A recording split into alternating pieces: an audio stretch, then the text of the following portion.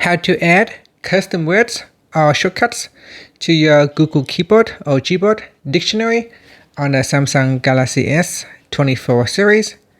First, tap on the home button to go back to the home screen. From the home screen, swipe down at the top, then tap on the settings icon. Now in the settings page, we scroll down and then tap on General Management.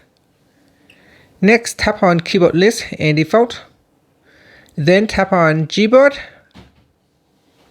Now scroll down and then tap on Dictionary.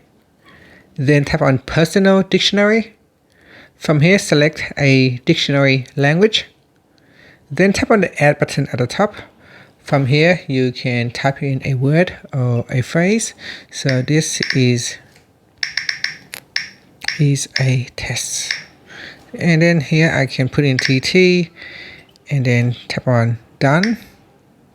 And that's it. So now we have saved that new shortcut or custom words. In here, we can add in a new word, bruh. So we can say BB, bruh, and tap on that.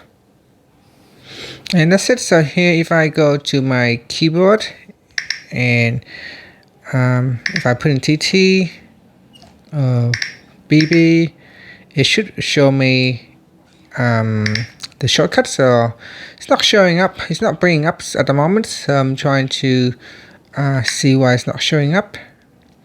So in here, it should show up the suggestions. Bruh. Maybe I just close the keyboard and then so just go back into settings and double check. So here, so we got bruh shortcut, and that's for English US. So I'll double check on my keyboard to make sure it is in English. So you can see that is for English Australia. So I'm going to English US keyboard.